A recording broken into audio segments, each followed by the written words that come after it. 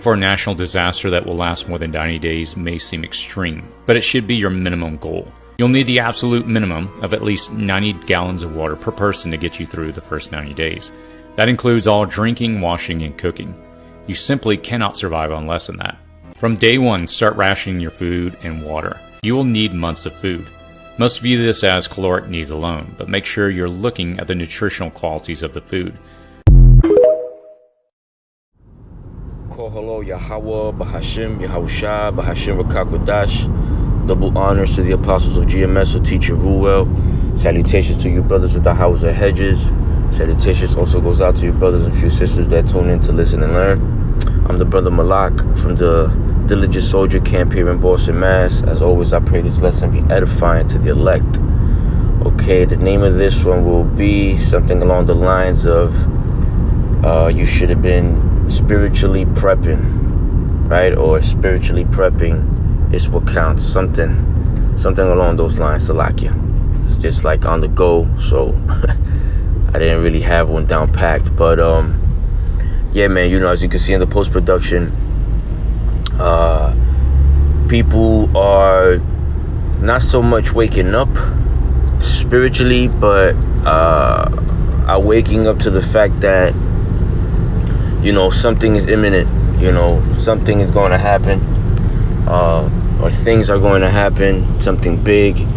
And, you know, not only from what has been happening to these banks, you know, those three major banks that lost over like $5 billion, which is worse than the 2008 financial crash or whatever it was called back then, you know, where it was like more than 5 banks that lost a total or something along the lines of 300 something billion. You know, now it's 3 banks so far and they've lost over 500 billion, you know. Nonetheless, man, you know, some type of national catastrophe, whether it be financially or structural, right, you know, to the infrastructure of this country, it's bound to happen, and very soon, you know. You could feel it in the air, man, you know. But the prophets have been warning for the longest times, man, in the streets, man, in the corners. You hear them prophesying, which is saying before it happens, saying something before it happens, right? You know, some people call it prediction, man, but nonetheless, 414 there. Nonetheless, man, it's been, the warning has been coming out, man, you know, and we're close to the end of all this, man. We're close to the end of our captivity. We're close to the end of this man's rulership, you know, from the pain and the suffering that all nations, including Israel, has been going through, man. Even these low-level Edomites, man, that, you know, I neither give a fuck about neither, because you don't know who these people were in the past, right? In their past lives, they could have been the ones that were up doing all types of heinous acts to the Jakes, man. You know, even though his story paints a lot of these Edomites so-called fighting for Jake rights, and, you know, on the front line when they were protesting back in the day. But it don't even matter, because even our people that were in it, right? Malcolm X and Martin Luther King, all these leaders, what they were doing wasn't what was required for us to do in the first place, man, by Yahweh Bashem Yahushua. In other words, the acts that they were doing, that they were committing, weren't going to get us out of the situation that we were in. Neither did they explain why we were in the situation in the first place, man. You know, but the truth has been coming out, man. You know, since the 60s. Okay, our apostles, their elders, You know, Abba Bivens bringing this out, teaching our elder apostles, and our elder apostles teaching it to our elders and men that been in this truth for 10, 15 plus years. You know, and even us now that we're, you know, newly coming into this, you know, whether you have 4 or 5 years, you know, we're babes at this. And you know, we've noticed in the maybe not the first year you don't grasp everything, but after a while, you know, the Lord helps you or opens up that understanding and that eye salve for you, and you start seeing the big picture of it all, man. You know, and you know that these things have to happen, these things must happen, and are happening, man. Okay, the first scripture I want to bring out is in the book of Matthew, chapter 24, verse 14. It reads, "And this gospel, this good news of the kingdom, shall be preached in all the world for a witness unto all nations, and then shall the end come." And you can't go nowhere, man, without noticing or knowing that people know about the Hebrew Israelites, man. You know, and if they know who the Hebrew Israelites are, then they know what type of spirit we come in, what type of gospel or doctrine we come out and teach. You know, where is, you know, salvation is for Israel, you know, and the elect of Israel on top of that, right? And not only so-called blacks, Latinos, and Native Americans, but the speckled birds, man. Those brothers and sisters that are going to be looking like these other nations, man. You know. Hold on one second. Bear with me. The next scripture I want to bring out, man, because we're close to that ending, man. But these things have to happen. This is the book of 2nd Ezra, chapter 15, and I'm gonna start at 14. And this scripture has been coming out lately, more and more lately, man. I mean, always comes out. But in my behalf, as far as like the last lesson I did, this one was out here. This one came out. 2nd Ezra chapter 15 verse 14, right? It says, "Woe to the world and them that dwell therein, for the sword and their destruction draweth nigh, and one people shall stand again and fight, Salakia, and one people shall stand up and fight another against another, and swords in their hands." Because, you know, what you're gonna come to find out, man, that, you know, when this national destruction happens, whatever it is that these elites have plans, ultimately the Lord putting the spirit on them to do so, what you're gonna find out is that, you know, people are going to be in survival mode, man, and that's and a lot of people are not gonna be ready for that. You know, you're gonna have people that are gonna be at awe and shocked by the fact that people are acting or will be acting the way they will be, which is violently, man. Okay, because you're gonna have to look out for yourself. It's gonna be a time of like on some every man for themselves, man. You know, older men in age, and women up in age, and young women, and men of age, whether you be 30, 40, 50, it doesn't matter. There's not going to be no type of regard for anybody, man. You know, you're truly going to need the grace of the Lord, the mercy of the Lord, Yahweh B'Hashem Yahushai, dealing with you, man, to go through all this, you know. And you're going to go through this, man. The elect is going to be in the midst of all this madness, man. Okay, it reads on, for there shall be sedition among men, and invading one another. They shall not regard their kings nor their princes, going into their, you know, your governors and your officials and your, you know, the ones that have been voted in. You know, we hold camp not too far from the Boston camp, the GMS Boston camp, and they're right down the block from the State House, man. And we see all the protests that goes on in that area, man. How much more when shit hit the fan and these people are out here, you know, as I said, on survival mode, man. You know, fighting for the scraps that are out here.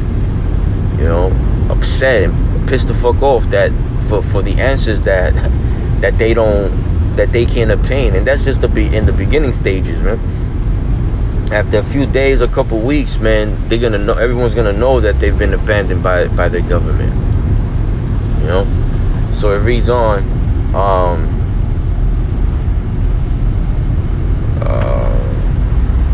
for there shall be sedition among men, and invading one another. They shall not regard their kings nor their princes, and the course of their action shall stand in their power. They're gonna do what they hold their objective to be on that particular time, man.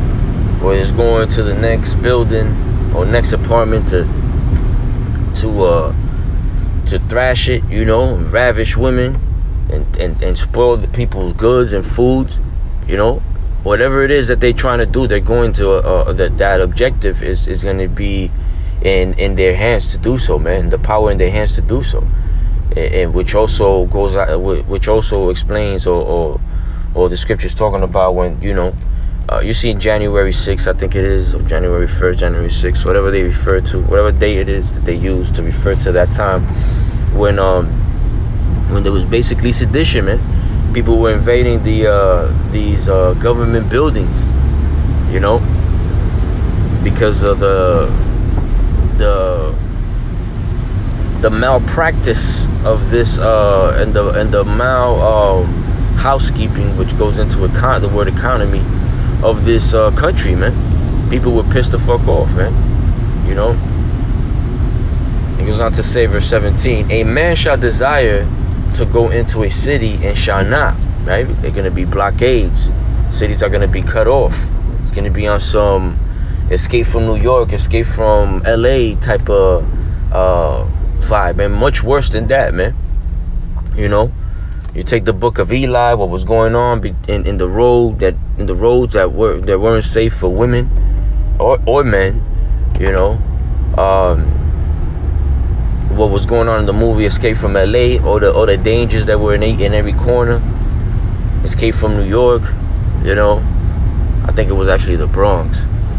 Escape from the Bronx, the movie. But either way, man, it's gonna be bugged out.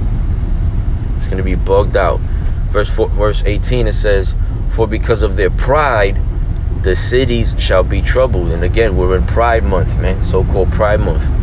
June, man. When all the Mo's and the T's and the L's and the G's and these people running amok, all proud and shit about being who they proclaim to be in the face of the Lord, man. Not regarding how he feels about it at all. It says, for because of their pride, the city shall be troubled, the houses shall be destroyed, and men shall be afraid. A man shall have no pity upon his neighbor, but shall destroy their houses with the sword, right? And the modern day sword is a gun, and it can also be a sword, man. You got people with what's it called, katanas, I think it is, or katanas, goddamn samurai swords and shit, machetes, daggers, all types of different knives, you know. I mean, I remember me being in the world, man. I used to have a whole drawer full of these different weapons, man. You know, when I was in my late teenage years, man, you know, everybody I knew in the neighborhood had all types of shit, man. Even gemstones, I think it's, no, not gemstones, even gem stars is what they call them, you know, which is almost like ninja stars, man, but smaller, you know. Yeah, man, people strapped up, man. People got weapon, man, and that's the modern day sword, man, a gun. So it says, but shall destroy their houses with the sword, and spoil their goods. That word spoil goes into basically taking their goods, because of the lack of bread, and for great tribulation. It's gonna be so terrible out here, man. You know, that's probably what I'll probably name it, man, if it be the Lord's will, man. For great tribulations, you know. But yeah, nonetheless, man, it's going to get that intense out here, man. And you know, you hear the man on the video, on the TikTok video, talking about 90 gallons for the next 90 days per person. You know, I'm in a house full of 5, man. That's well over 400 goddamn gallons, man. How am I? How is anybody gonna living in an apartment, 800 square feet apartment, 900 square feet apartment, are going to be able to store that much water, let alone food? You know. Now we're not saying it. I'm not saying, and we're not saying at all that you shouldn't ration a little. You shouldn't, you know, be wise and store up some water, right? But we know that it's going to be virtually impossible to sustain ourselves with the little that we'll be getting in the midst of all this tribulation, man. This is why we need the Lord. You know, Yahweh Bahashim Yahushai is making it to where you're going to make a choice. You're either going to go to Esau for help and be destroyed therein, right? Or you're going to call on Yahweh Bahashim Yahushai for help, you know? And we here at Diligent Soldiers, being the fruits of great millstone, which we speak the same thing that those brothers are speaking, which is the whole truth and nothing but the truth. And we're going to stick to calling on the Lord, man, because that's going to be our strength, man. You know, and I'll end it off at that. This is the book. You know what? Before I get that, I wanted to bring out another scripture, actually. Isaiah 65:12. It says, "Therefore will I number you to the sword, and ye shall all bow down to the slaughter. Because when I called you, ye did not answer.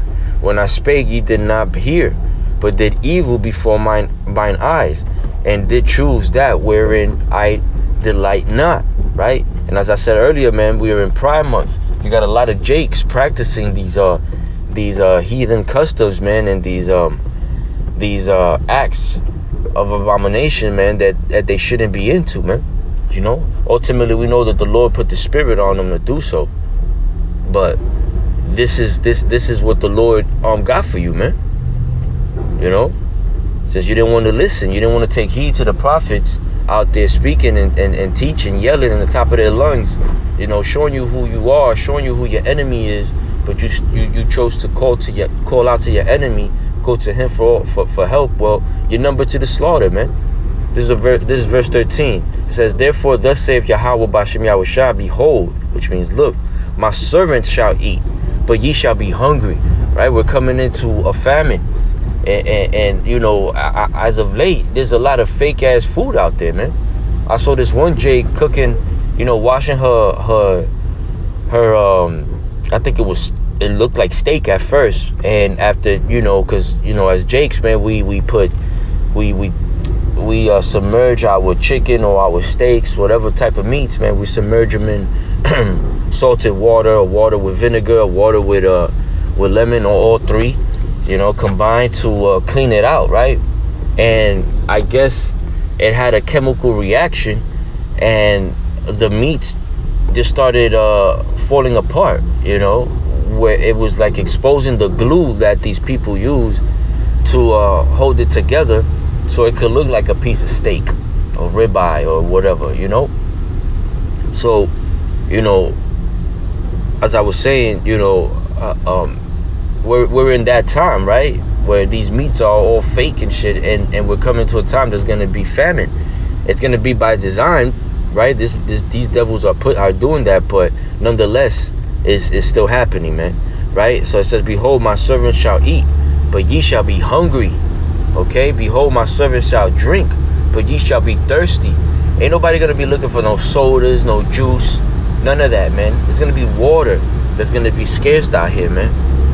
You know, and the servants of the Lord, you know, those that have been fearing the Lord and calling out to him, and and our Savior Hamashiach, man, Yahushai, those are the ones that the Lord will have mercy on, you know, and will give to drink, because it's a light thing for the Lord to provide anything for His servants, man, or for anyone for that matter, right? If it be His will. So it says, behold, my servant shall rejoice, but ye shall be ashamed, man. You know, it's gonna get real messed up out here, man, where people are basically losing it, you know, and their spirits are gonna be groaning, man, you know, for vexation, man. It's gonna be terrible, man, terrible, you know. And as I was saying earlier, man, we're gonna need the Lord to be able to walk accordingly through this madness, man, through these tribulations that the Lord is setting up, man, for wicked ass Jakes and these other nations, man, for what they did to Israel, you know. So I ended off at in these verses. I think it's only one verse. Isaiah 33:6. It says, "And wisdom and knowledge shall be the stability of thy times, and strength of salvation." Wisdom and knowledge is going to be the stability and the strength that we're going to need in these times, man, you know, to be able to make it to salvation, man. And that's if the Lord is dealing with you. It goes on to read, the fear of Yahweh is His treasure, man. The fear that we have for Yahweh is the treasure. It's our treasure, man. Because fearing Him, we stopped doing what we used to do, and we repented. We was asking for forgiveness for what we did in this lifetime and in our past lives, for what our forefathers did in the ancient days, to all the way to now. And the Lord is going to have mercy on the elect of those men doing that, man. You know, because you have men that know the name and are coming up with these crazy ass doctrines, man. The Lord is going to give these men up, and He's not going to have mercy on them, man, for scattering, for lying, you know, and pushing these fake ass doctrines, man. You know, how we gonna be in the new covenant and we still haven't gone to JT, man, to Jacob's trouble? The MOTB hasn't hit yet. You know, how you gonna be telling people that they could smoke when you literally, you know, scientifically, you know, even though it's Esau science, they tell you that basically carbon dioxide is bad for you. And when you put fire to anything and inhale it, that's exactly what you're inhaling. It's carbon dioxide, man. That's not good for your lungs. Your lungs is in your body. Know ye not that ye the temple of the Lord, as the scriptures say? So you defiling your bodies, man. And the Lord said, whoever defiles their body, He shall destroy them, man. Roughly paraphrasing. So wisdom and knowledge shall be the stability of the times, man, and the strength of our salvation, man. Because you're gonna need strength to go through this, man. You know, this ain't gonna be for the weak, man. And I pray that the Lord keeps me, you know, enduring to the end, and you brothers and sisters out there, man. Because I want to see it all, man. I want to see it all. I just pray that the Lord put the spirit on me to put up with everything, man. You know? So I pray this lesson was edifying to the elect. And in closing, I want to say, Kol Halo Yahweh, Bahashim Yahushai, Bahashim Rakakwadash. Double honors to the apostles of GMS who teach and rule well. Salutations to you brothers in the highways and hedges. Salutations to you brothers and few sisters that tune in to listen and learn. Shalom and Ababa Ball.